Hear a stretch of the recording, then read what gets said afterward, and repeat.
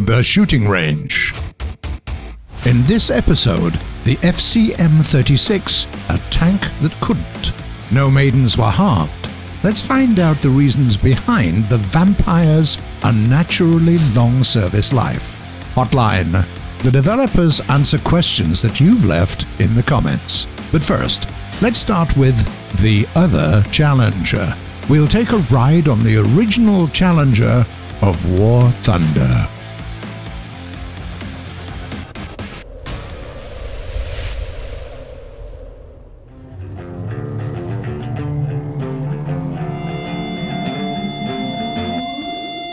Heard about one of the coolest machines of Update 1.77? The Challenger 1? Agile, well protected and aptly armoured. A true top vehicle for the British Ground Forces. But there's actually another tank in the game with the same name. Or, okay, pretty much the same name. Meet the A30 Challenger, aka the Tank Cruiser Mark 8 Challenger. This guy is at BR 5.7 and resides among the third era vehicles. It's a pretty good position to be in, considering that the T-34-85 is in rank 4. So what's good and bad about this machine? Let's find out. We'll start with the most recognizable part of this tank, the weapon. It's a 76mm Ordnance QF 17-pounder, and it's amazing. No, really. Not only does it pierce 226mm of armor from 100 meters, it also does it at a very good pace and with precision. Elevation angles are also quite nice. Just remember that the turret has a rather slow turn rate, only 14 degrees per second. The tank is pretty fast. It can go at up to 40 to 45 kph off-road, and it's all fine and dandy until you decide to go in reverse. 3 kph. 3! Well, what can you do? This is not a tank for quitters. Despite lackluster armor that can't take a lot of shots, this tank is surprisingly durable. How's that? Well, you have to actually hit it first, and that's not the easiest thing to do with it being as fast as it is. And secondly, it has 30 smoke grenades that it can shoot one by one. If there is a ninja tank, that's the one. Still, better avoid taking unnecessary risks when you ride this tank into battle. Remember that you can't really take a punch. Pick your routes in advance and try to position yourself around the high ground and key points of the map. Ambushes, as fun as they are not recommended. Also, take a moment to choose your ammunition. You've got 3 types of it: AP, HE, and APDS. The latter are, of course, the best when it comes to piercing enemy armor, but be prepared to shoot more than once. The first hit may not be the fatal one. That means that you should take as much ammo as you can. Otherwise, you can find yourself in a position where you're out of shells after making only 3 or 4 frags, which is hardly enough for a proper British tanker. Now let's return to France to watch our favorite show. It's the newest episode of The French Between Wars and Their Light Tanks. Yeah, we know.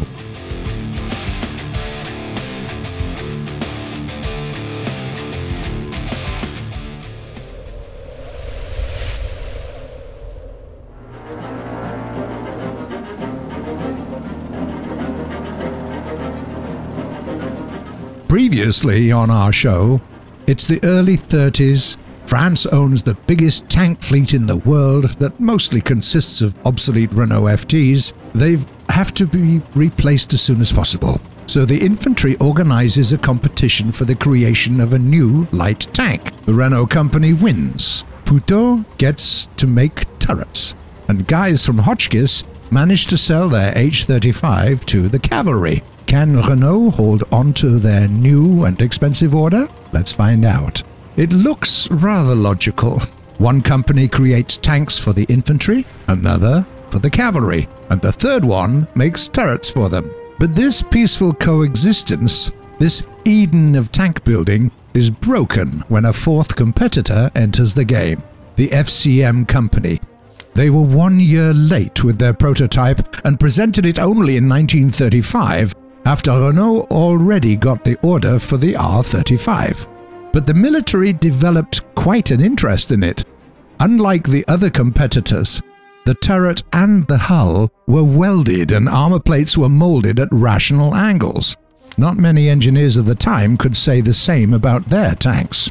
Moreover, instead of the usual gasoline engine, that's petrol, the FCM installed a reliable and simple diesel one by Ricardo. The tank was also notable for the fact that it could run rather smoothly thanks to a good choice of suspension. Although the competition was already over, the company didn't abandon the project. They kept testing and perfecting the prototypes. Why? Because even the infantry command that, as we know, acted really weirdly at the time, clearly understood that this machine was a lot better than the R35. The welded hull of the FCM-36 was considerably more durable than the cast one, and the turret turned out to be more comfortable.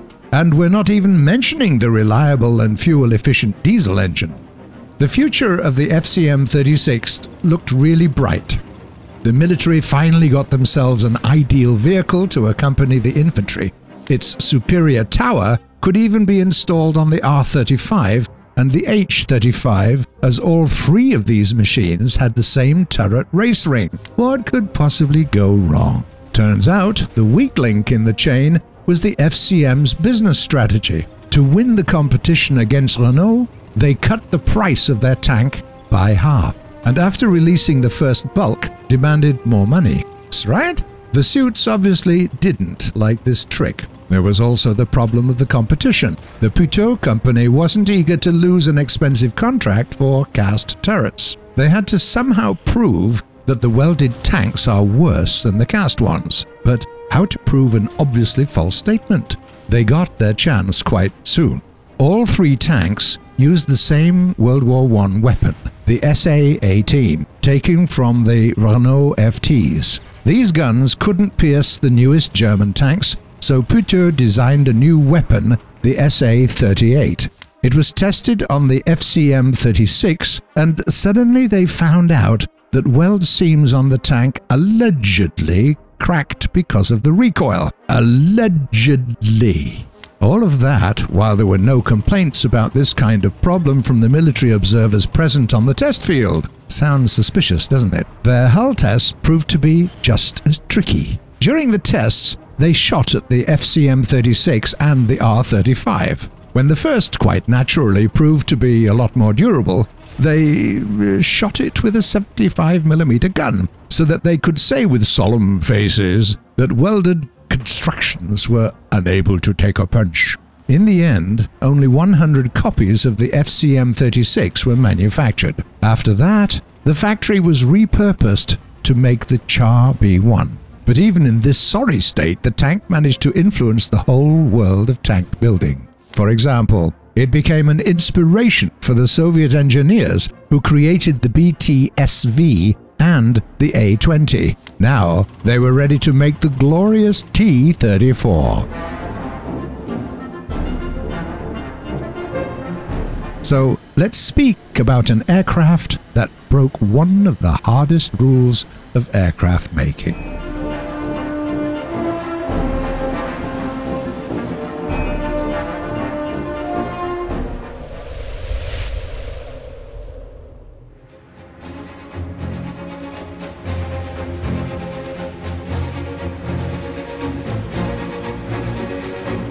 There is an unspoken rule in aircraft design. The first aircraft of its class is the worst, or one of the worst anyway. Well, here you go. The de Havilland Vampire, the first one-engine jet fighter in the world, is a striking exception to this rule.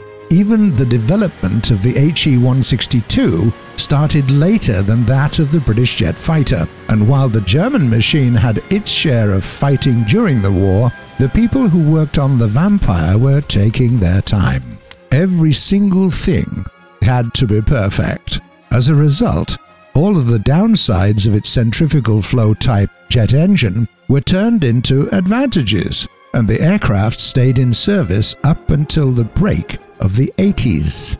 Even the most peculiar design decisions had a very logical reason behind it. The lengthened nose, without an intake, accommodated a radar. The twin-boom design enabled the jet pipe to be kept relatively short, which avoided the power loss, which was a very big advantage considering the relatively low output of jet engines of the time. In the end, what you had was an aircraft that was cheap to produce and maintain, and most importantly, easy to fly. The controls were so light and sensitive that it was quickly employed as a trainer aircraft as well. Geoffrey de Havilland and his team certainly knew what they were doing. Of course, it didn't take long for the Vampire to become obsolete as a fighter. As early as in 1949, the British decided to repurpose it as a ground attack aircraft, a decision that might seem rather peculiar at first.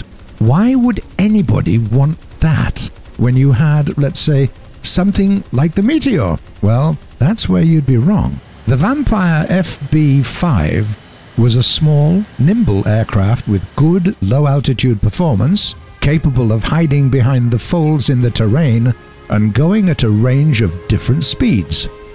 Furthermore, it could carry literally a ton of bombs, or 8 powerful RP-3 rockets. All of that during the time when flying close to the ground became your best bet in a struggle to stay undetected by the enemy AA forces.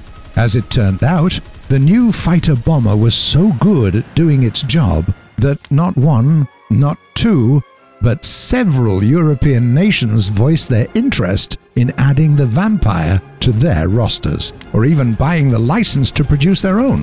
Throughout the years, Vampires bore the markings of the air forces of France, Switzerland, Austria, Sweden, and then Australia, Canada, India, the countries of the Middle East and South America. It even had a run in Japan, but only as a trainer aircraft. What wasn't to like? It was cheap to make, it had great design and survivability, it was powered by a simple, reliable, well-designed engine. The demand was so big that the people at de Havilland had to recruit the help of English Electric, and then it allowed the engineers of the company to create de Havilland Venom, another notable single-engine jet aircraft. If we start to list all the conflicts that the Vampire was part of, this would be a very, very long video. Let's just say that it was officially withdrawn from the RAF in only 1965 when it was superseded by a newer machine by the name of the Holland Gnat, and we'll always remember the Vampire as being both the first and one of the best of its kind. Get ready for the traditional last part of our show, Hotline. Developers answering questions from the comments.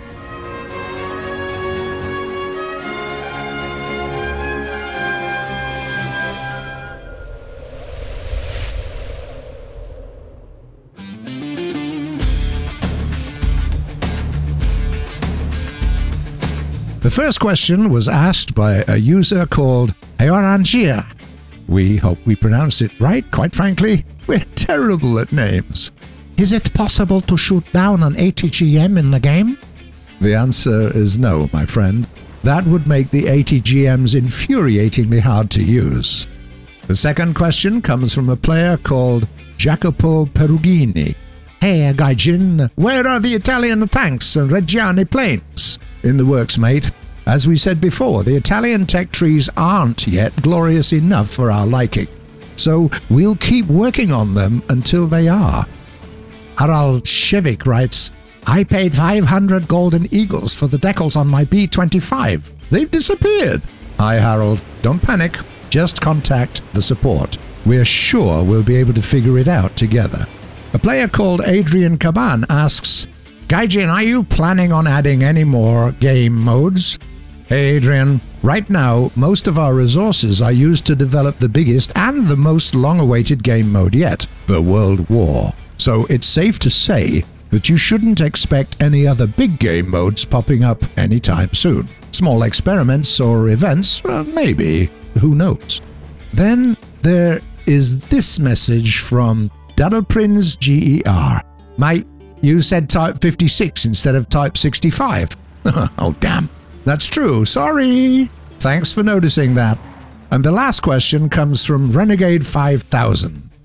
Can you start a new series? Hopefully this won't put more stress into you and your crew's time, where you create mini-movies like The Death of the Yamato, or making up your own stories like The Lone Plane That Never Dies?